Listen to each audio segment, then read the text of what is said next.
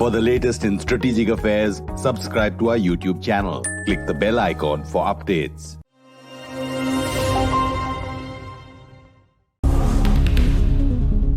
Foreign Minister Shah Mahmood Qureshi of Pakistan, thank you for your time. Pleasure. Let's start with the positive news. You say that the policy towards Afghanistan has changed. What has changed? You see, what has changed is Pakistan's approach. We want Afghanistan to be peaceful and stable because we feel that a peaceful Afghanistan, a stable Afghanistan, gives us the regional connectivity that is required. If you're looking for economic security, and if you're looking for investments and promotion of bilateral trade and regional trade, this can only come with peace. Peace and stability in Afghanistan is not just Afghanistan's requirement, it's Pakistan's desire as well. You know, we benefit from it. It was not the strategy before? It always was. So what has changed? What has changed is the approach of the world. You know,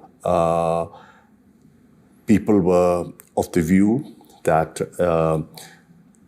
peace could be achieved through a military solution. It has not. And we've been advocating for years that there is no military solution to the Afghan conflict. What has changed is this new approach that what is required is a negotiated political settlement that we were advocating. So this international environment has changed, and that has made the environment more conducive for peace today than ever before. Former Pakistan Prime Minister Yusuf Raza Gilani, addressing the Pakistani Parliament, once said that there was a state within a state which was not allowing the civilian government here to do its work. Has that changed? I think Mr. Gilani, when he made that statement, it was out of perhaps political considerations. And as Prime Minister, he should have known that he is the chief executive of the country. And the chief executive of the country under the Constitution controls all institutions. All institutions of the government report and function under the Constitution. And he's the chief executive of the country. I can speak for the institutions and how things are being run today. All institutions are in harmony with the government. We're on the same page. Obviously, we have consultations, we discuss, and we take an input from all state institutions, and then the institutions carry out the policy of the government. Right. So Pakistan wants a stable, democratic, and sovereign Afghanistan. Certainly. And is that only possible with a state in Afghanistan to be run by the Taliban? No. Does it have to? No. That's for people of Afghanistan to decide who governs them and what kind of a political dispensation Afghanistan wants. That is your decision. That is the decision of the people of Afghanistan. What we are saying is, you're all Afghans. Peace can only come to Afghanistan if you sit and reconcile. When you sit and reconcile, when you sit and talk, you will determine what kind of constitution you want, what kind of system should be in place. All we are suggesting is that an inclusive system where all ethnic groups should be represented and would be helpful in reconciliation and promoting the peace process. and Pakistan wants to deal with central government in Kabul? We want to deal with the government chosen by the people of Afghanistan. Through elections? Obviously, we believe in democracy and we would want a democratic order in Afghanistan. We have always said we support a sovereign, independent, democratic Afghanistan. You invite Afghan political party leaders back to back. Isn't that challenging the central authority in Afghanistan? Not at all. It is just to promote a better understanding. There were misperceptions and a lot of talk that Pakistan is just concentrating on a particular faction, or particular school of thought. No, we want to engage with everyone. We want to be friends with everyone. We want to be friends with Afghanistan and the people of Afghanistan. Now, the people Afghanistan have different ethnic groups. We want to engage with all of them for a better understanding. Right. Mr. Foreign Minister, are you or Afghanistan and Pakistan working on a strategic partnership agreement? Is that happening? Well, what we want to, what we have agreed to is a mechanism called APAPS. We realized that there are issues that are there and will always be there. We must have a structured, institutionalized mechanism in place so that whenever they arise, we can bilaterally sit, talk about them. Is that functioning? It is functioning, but we can use it more effectively. In my view, we have not used it as effectively as we could have. Have you offered the Afghan security forces to be trained in Pakistan? We'll be more than happy. What's Kabul's response to that? Sorry? What is the response you're getting from Kabul? Well, they never say no, but they haven't yet taken our offer seriously. We honestly feel that we can be of assistance. Your cadets coming here, your diplomats coming here, getting training in the Foreign Service Academy, in our military institutions. We can be of service. We speak the same language. Culturally, right. We have so many similarities. They will feel at home. Right. Before coming to the peace process and the Taliban in particular, let's briefly discuss the war on terror. Is America defeated? Well, the Americans have said that they have achieved their objective. And their objective was to break the back of international terrorist organizations and to protect mainland United States. They feel in these 20 years, they have succeeded in the objective that they had set forth, and it's time to go back home. And they feel that the Afghan government and the Taliban that they negotiated a peace agreement with in Doha, right, have very openly agreed that they will be, that Afghan soil will not be used against the US or any other country. What do you think? You think, is America leaving Afghanistan with pride and it's a proud departure? Well, they came with an objective, and if they feel that their objective has been met, obviously they couldn't be here indefinitely. They had to go away. And you're happy that they're leaving Afghanistan? Well, obviously they can't be here forever. They had to leave. And if they are satisfied that they've achieved their objectives, then we're okay with that. General Hamid Gul of ISI once said, quote, "The ISI, with the help of America, defeated America," unquote. How would you respond to that? I do not understand in what context that statement was made. So, if you pick up two lines, I do not know the background, in what context that statement was made. So how can I comment on it? America defeated and ISI helped. It's very simple. America defeated how? By whom? By the Taliban.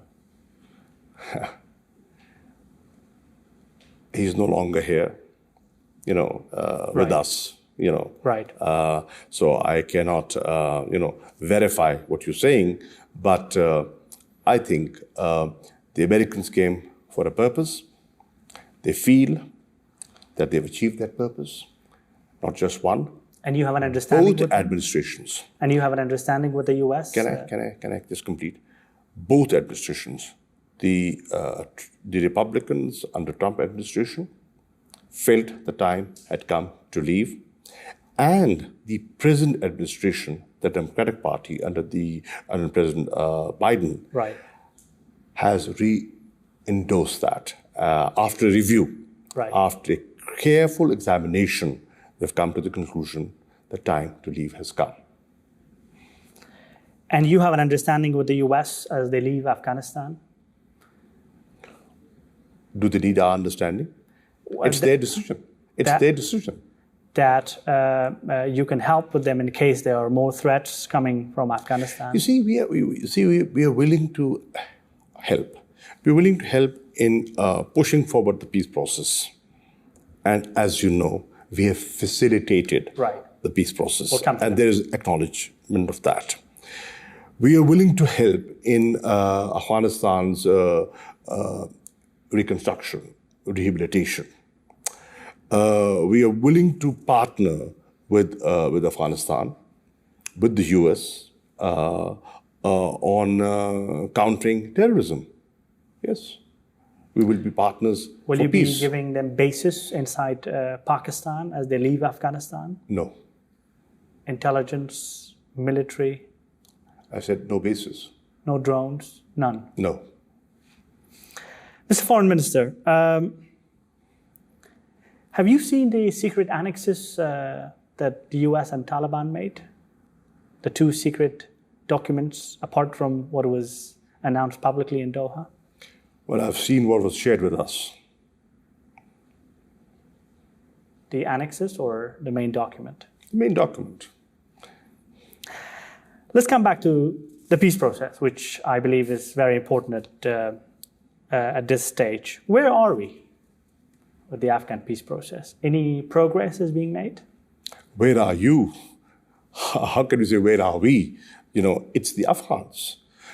The peace process has to come to its logical conclusion through an intra-Afghan negotiation.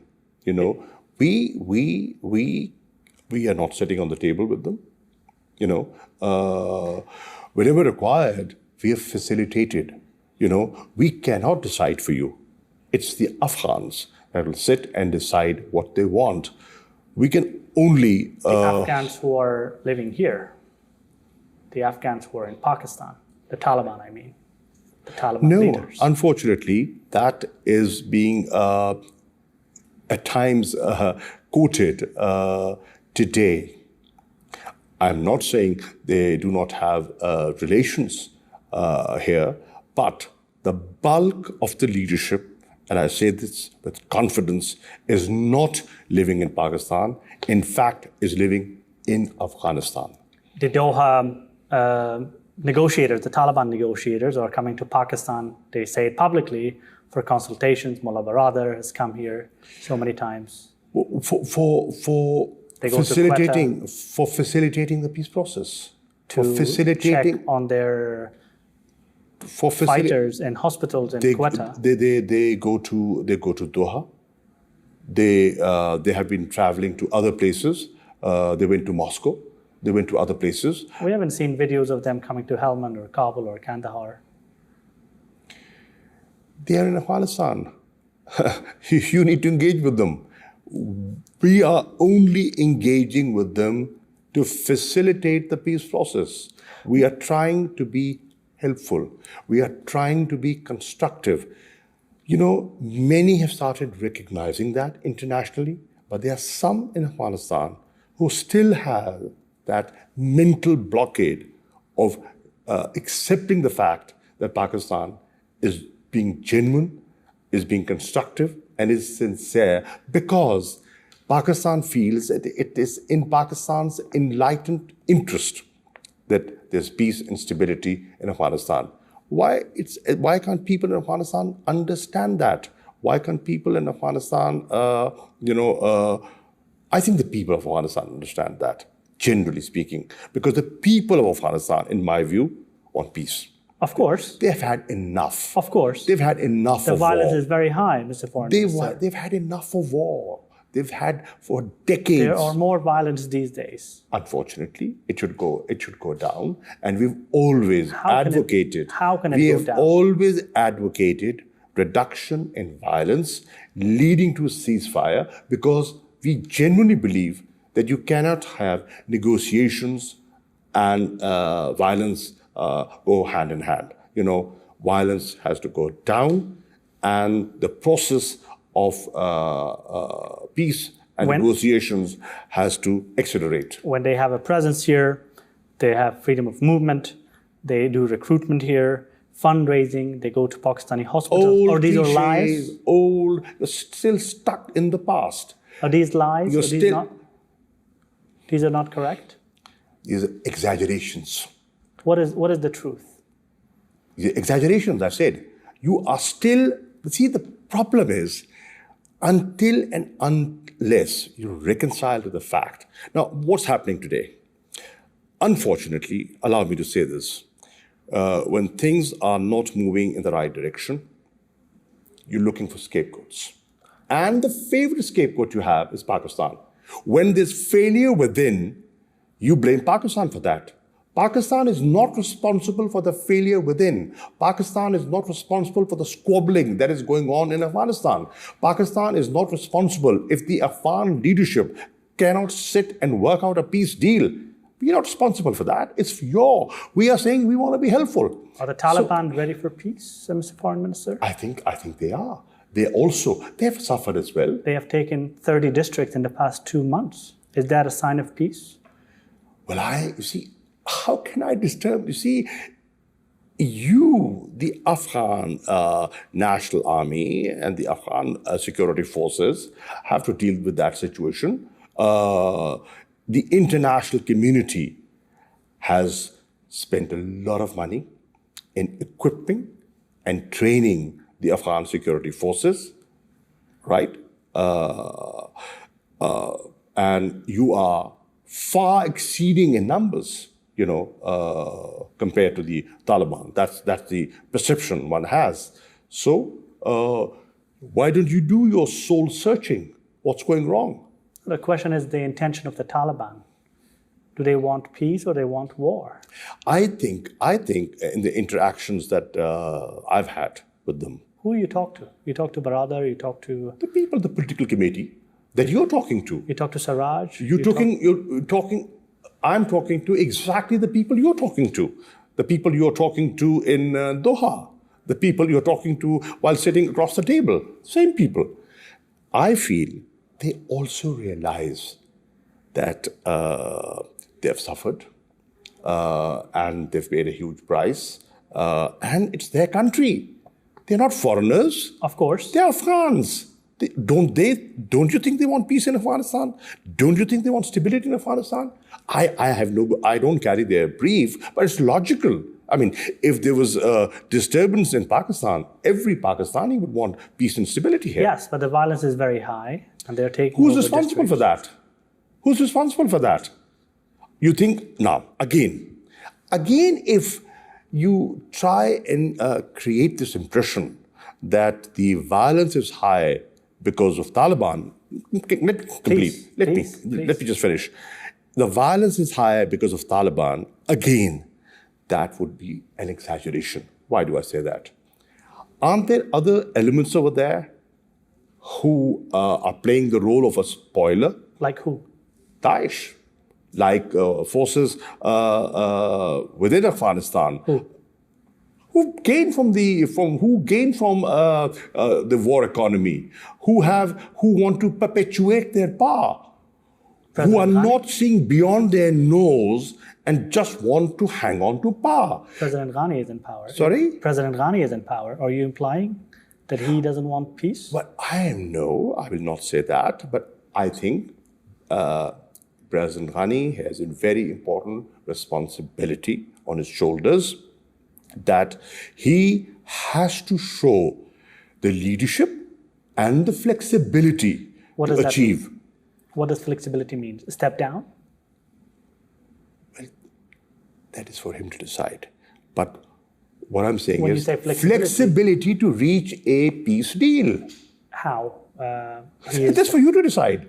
I can't tell you what to do. But if both sides, listen, if the Taliban stick to their position, right, and the element, President Ashraf Ghani and his core team, stick to their position, will there be peace in Afghanistan? You tell me, will there be peace? There'll be no peace. Don't you want peace? Of course. You want the Afghan people want peace. Why can't the leadership of Afghanistan understand that people are sick and tired of war? Right. People are fatigued. People are tired. People have lost children and Mr. families. Foreign Minister, you're right. But the question is that the Taliban is also part of the war. Yes. Are they showing any signs of peace and flexibility? What I'm saying is they also want peace. How do you know? Because in the interactions we've had. But actions demonstrate something else, no? Well, see, again, I cannot get involved in the discussions that are going on between the Afghan government and the Taliban. Obviously, there is no discussion. There were discussions. There's a stalemate at the moment. And I hope you can get over the stalemate, because if the stalemate continues and the withdrawal is completed, unfortunately, you will be sucked back into the 90s, which is not good for Afghanistan, which is not good for Pakistan, and which is not good for the region. Can Afghanistan afford another civil war? Can you afford another a decade of anarchy? You cannot, and you should not. I feel for the people of Afghanistan. They have suffered enough, and thank you for the that. second country that has suffered after you is us. Right. We've lost 83,000 lives on account of terrorism. Our economy has suffered. Mr. Foreign Minister, are you against a Taliban military takeover? We've never supported or advocated a takeover of Kabul by force. No. You're against it? Absolutely. Are you against a return of an Islamic emirate? See, what I've said is, it's for you, the people of Afghanistan, to decide what you want. Even if it's an Islamic emirate? How can I speak for you? How can I speak for you? What we have said is... You object to it or you don't object to it? Can I tell you what we've said? We want to see an independent, sovereign, prosperous, democratic Afghanistan. What does that mean? No emirate. Democracy. What does that mean? You can do your own interpretation. I've said what we want. Why can't you explain that? Why can't I've you explained enough for people to understand what I'm saying. We talked about President Ghani, and you mentioned civil war. Does that concern you that Afghanistan is heading towards a civil war? Obviously. Are we? I hope not. I hope not. Please, that's why I'm saying, please sit together and carve out a way forward, which is coexistence, reconciliation. Accept each other. You have to accept each other. The people in government in Afghanistan and the Taliban that they've been fighting for decades now, they're both Afghans. Right. You have to reconcile and you have to find a way forward. We are concerned because, God forbid, if there's civil war. You see signs of it? Are we going to that direction? I hope not. I hope not. But that's hope, right? What's your... No, it depends on you. Depends on the Afghan leadership. Depends on the ability of the Afghan leadership to carve a way forward. If you fail, if the Afghan leadership fails, then yes, then we are heading for a civil war. And God forbid, if there is one, then you suffer and we suffer as well. We fear another influx of refugees. We are already supporting close to 3 million refugees that the international community has forgotten about. But we are supporting them. Right. We've opened our hearts and minds for them. We've been as hospitable as we could in the given resources that we have, right?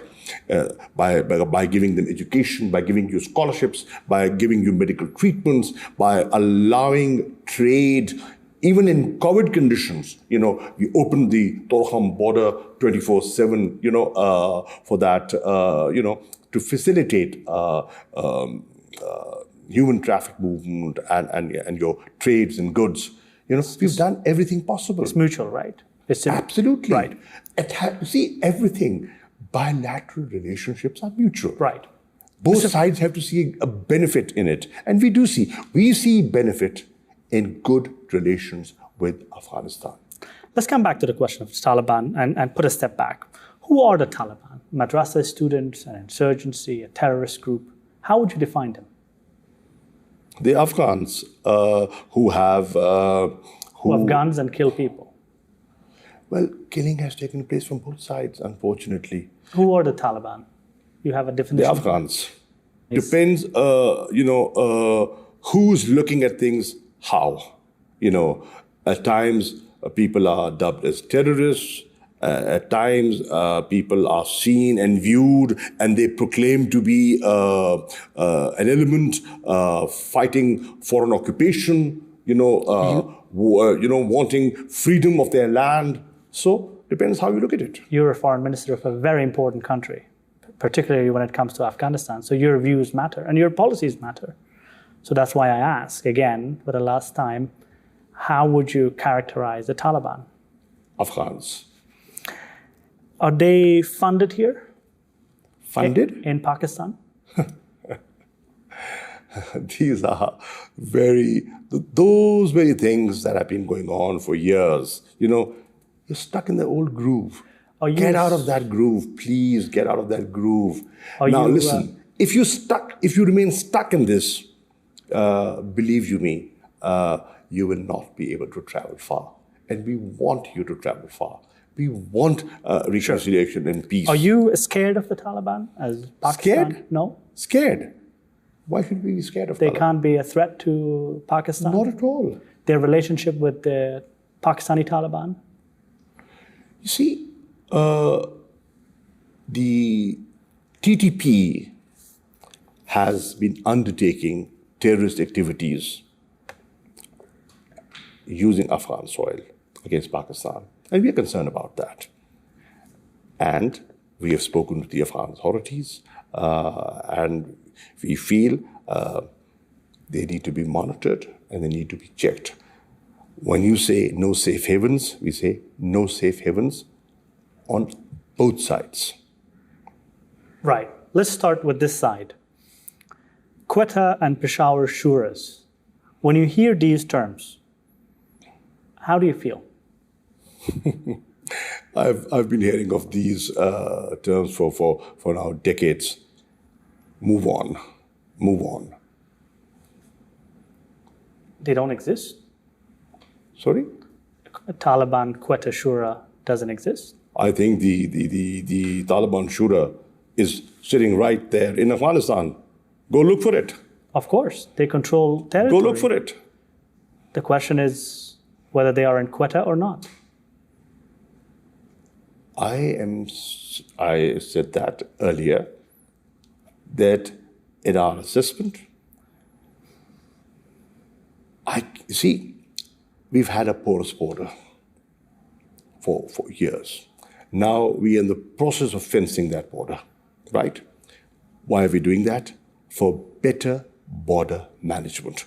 It is important. If we have to check terrorism, then we have to manage our border. We have to regulate our border, Afghan-Pakistan border, right? Which is an important topic. Can I just finish? Now, we are doing what we can on our part. What we are saying is there are 3 million Afghans still living in Pakistan. They want to go home, and we want them to go home in an honorable, dignified manner, right? Once they've gone back, and then there is cross-border movement, we can be held more responsible for that. Now, if there are thousands of people coming in, they go home, they fight, they come back, get treated. If there are thousands of people crossing the border for trade, for treatment. You fenced the border. We said we are in the process of fencing the border. More than 80-90% is completed. Yes, we have. And there has been a check. Hasn't terrorism gone down? It has gone down.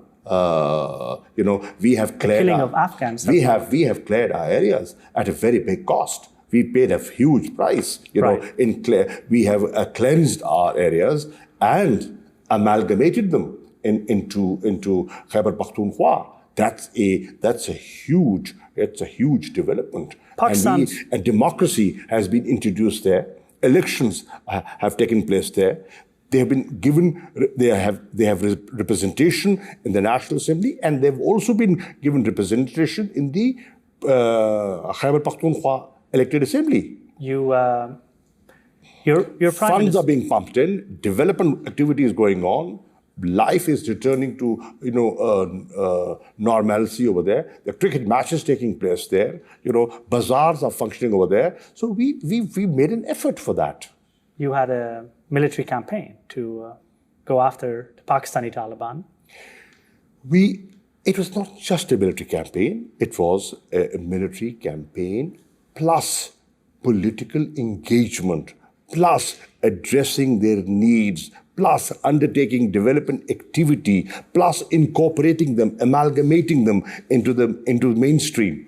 It was a multi-pronged approach. Your Prime Minister, Mr. Foreign Minister, Mr. Imran Khan, said that the ISI trained the Taliban as well as Al-Qaeda. This was before he comes to office. You disagree? See, the international world and the international community, along with the United States, trained freedom fighters when they were fighting the Soviet Union. The Taliban did not exist. Listen, and when the Soviets left, the Americans pulled out without a comprehensive plan, and then different people did different things. You recognized the Taliban regime in the 90s as one of the 3 countries. Yes, we did. Was it the right move? Was it a good thing to do it? As I said, we have to work with anyone who is governing the country. They were in charge of Kabul. And we had bilateral trade issues with them. We had other issues with them. So we had to engage with someone. They were in charge.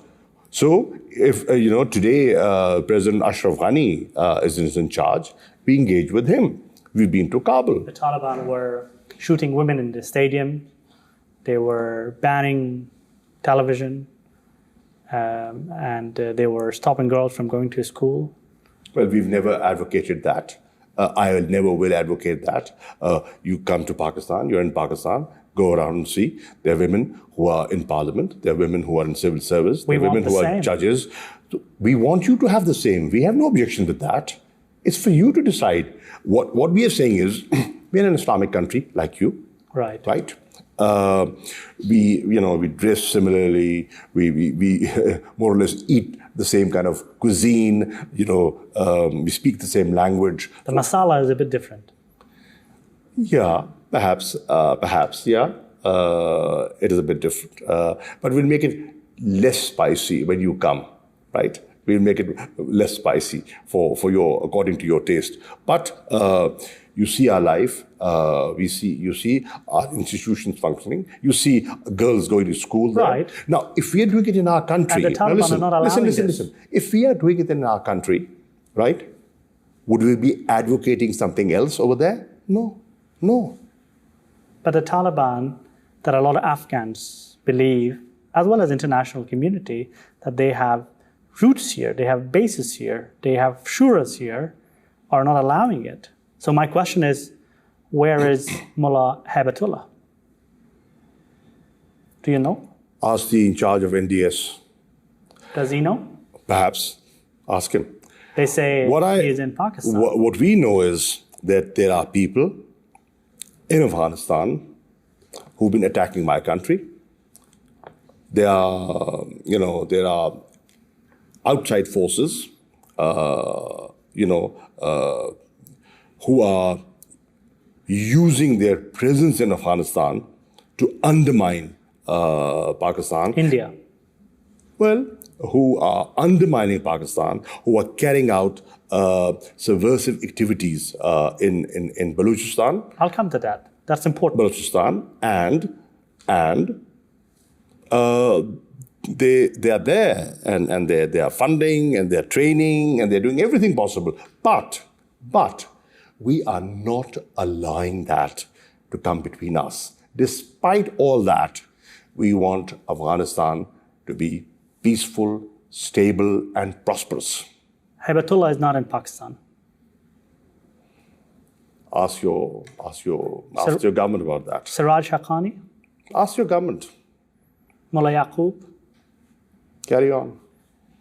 Keep naming them. Sheikh Hakim came here last month for consultations with their leaders to Pakistan. They said it publicly. Well, he didn't contact me, so I wouldn't know. So at least you're not their leader. Maybe they did come to you. I'm an elected representative of Pakistan. In the recent visits of Pakistani officials, including General Bajwa, to Kabul, there were discussions about meeting between Afghan leaders, pan-Afghan leaders, and the Taliban here. Any progress on that? Well, we've welcomed all Afghan leaders to Pakistan. Some have come, and some will come, and we will receive them warmly and sit with them, talk to them, hear them out. But I think engaging with the Taliban leadership, perhaps Pakistan is not the best place. There has to be, why don't you engage with them where you're already engaging with them? In Doha? The best place, perhaps, could be Doha. Why not Pakistan? Why not Pakistan? Well, because they're not in Pakistan. The bulk is not in Pakistan. Well, it can be in Afghanistan then. In Afghanistan, that's for your government to decide. If they are in Afghanistan, you decide where you want to meet. Prime Minister Imran Khan called Osama bin Laden a martyr. Well,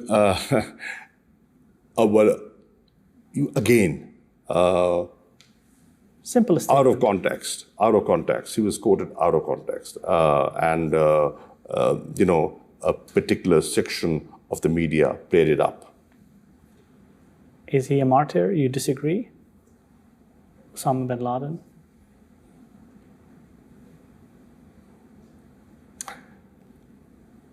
I will let that pass.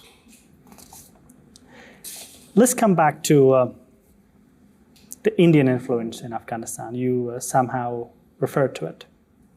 How many Indian consulates are in Afghanistan? Well, on paper, perhaps 4. Unofficially? You would know better. You doubt it? You doubt what's on paper? No, I'm saying we feel that at times we feel that you don't share a border with India Obviously, you have sovereign relations and you have bilateral relations, and you have every right to have sovereign and bilateral relations with India. You trade with India. They come and carry out development work there. That's fine. That's completely fine with us. But at times we feel that their presence is perhaps larger than it ought to be, because they're not, they don't share a border with you. Does it bother you that they have? If they use your soil against us, it bothers me. Are they? Yes, they are. How? How? By carrying out terrorist activities. We have intelligence, we have information, we have shared that, and we have a very famous person who was admitted to carrying out subversive activities, terrorist activities in Pakistan, in Balochistan. One would also raise the issue of Lashkar-e-Taiba and Jaish-e-Mohammed. Are they Pakistan-based terrorist groups? Well, frankly, our government is very clear. We are supporting no terrorist group. We are supporting no terrorist group. Even with India, when Maybe you don't recognize them as terrorists. Well, don't put words into my mouth. I can speak for myself. But with India, we wanted reconciliation. And the minute Prime Minister Imran Khan came into office, he said, you take one step towards peace, we will take two. Unfortunately, they did not reciprocate. Unfortunately, they took steps and measures that vitiated the climate. Despite that, we think that the situation in occupied Jammu and Kashmir is a political situation. It is being mishandled. India today, with the measures of 5th of August 2019, has alienated the Kashmiris further. They have not helped themselves. And today, the situation over there is very delicate and simmering. Let's come back to our issues. Durand Line. Is that a recognized border? Well, I think if we want to move ahead and coexist as good neighbors that we desire, then I think let's accept the international border. Is that an issue that you have discussed it with the Afghan authorities? Well, in my mind, whether they want to accept it or not for domestic political reasons, the border that exists, in my mind, that's the international border. Is that even a discussion between the governments of Pakistan and the government of Afghanistan? I think that I felt no need for that discussion because it is accepted and recognized as the international border. So you're not even interested in talking about it, right? I don't feel the need. Let's come back to some of the internal issues here. Is PTM, Pashtun Tahaffuz movement, posing risk to Pakistan's stability? Well, they have presence in the National Assembly. They get arrested. Well, anybody can get arrested. If you break the law, you can. Minus the Taliban leaders. Sorry? Minus the Taliban leaders. Well, I would not respond to that. I can, but I will not, because I, unlike your national security advisor, would not like to vitiate the climate between Pakistan and Afghanistan at this critical moment where we are advocating peace and reconciliation. I can say a lot more than I have said, but that's not the objective. The objective is to move on.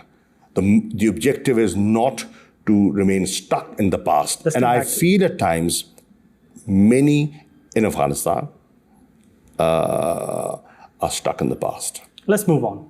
Come back to PTM.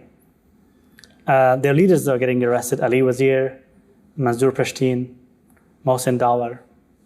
Mohsen Dawar is not arrested. He was sitting with me yesterday. We were in Parliament yesterday. He was We had a arrested. good chat yesterday. We were talking about, some parliamentary issues. He has been arrested before, right? Well, I said, if you don't break the law, if I break the law, I can get arrested. And what does it say about Pakistan, democracy, and respect for human rights and press freedom and freedom of expression? In Pakistan? Yes, the recent arrests and the fact that Believe you me, you go around Pakistan, you look at the newspapers, you look at the television channels, you're here in Islamabad, sit and watch a few talk shows and you'll see how independent our press is. The press in Pakistan is completely independent. And we as Democrats do not believe in gagging the press. Because today you cannot, even if you want to, with the new tools available, with social media now, you can't, you cannot hide or shove things under the carpet. We recognize and accept that. So what laws? We would never gag the press. So what laws have the leaders of PTM breached? Well, if there is an attack on a post, right, then that's breach of some law. Is radicalism, Mr. Foreign Minister, a challenge to Pakistan? It's a challenge to the globe. Unfortunately, the level of tolerance all over has gone down. The level of intolerance has gone up. Extremism and radicalism has been on the rise everywhere, not in Pakistan, everywhere. How do you address it here? Look what happened. Look what happened the other day in Canada. 5 innocent Canadian Pakistanis were mowed down. Why? For what fault of theirs? And I must admire and respect Prime Minister Justin Trudeau. He recognized it. He recognized it as an Islamophobic attack and terrorism. How do you address radicalism here as a nation, as a country? Well, I personally feel that the overwhelming majority of people in Pakistan are moderates. They're not extremists. They're law-abiding. They want peace. They want, an improvement in their standard of living. They want to, support their families and go about normal life. And what's your vision for Pakistan's identity, the globalist stage? Well, the vision for Pakistan was set by our founder, Quaid-e-Azam Muhammad Ali Jinnah. The values that he advocated, my party, the party of Prime Minister Imran Khan, believes in his vision and his values. Which are? Which are a Islamic, democratic, welfare state. Let's talk about Islam and Muslims in particular. The Muslims in China, the oppressed ones. Can politics allow you to comment on that publicly? Well, do you have to comment on everything publicly? Do you have to? If you believe in values and... If you believe in values, you have a different relationship with different countries, and with friends, you adopt a different approach. China is a friend, and we recognize China as a friend, and China standing by Pakistan through thick and thin. As closing, Mr. Foreign Minister, how history should judge those who bombed the Bamyan Buddhas? Well, I am someone who believes in interfaith harmony. In Islam, there's room for minorities, people who sort of think differently, practice a different religion, we should respect that. In Pakistan, you can see there are temples, there are gurdwaras, and there are churches, along with mosques, functioning. Minorities over here are going about their lives as ordinary Pakistanis. How history should judge those who bombed the Buddhas of Bamiyan?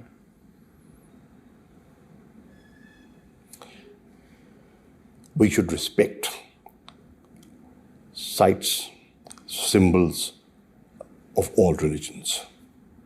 How history should judge those who hanged and executed President Najibullah?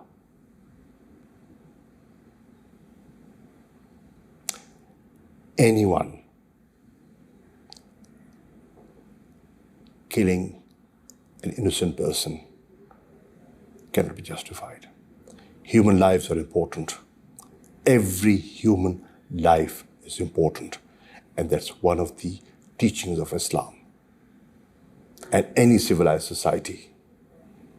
Foreign Minister Shah Mahmood Qureshi of Pakistan, thank you for your time. Thank you.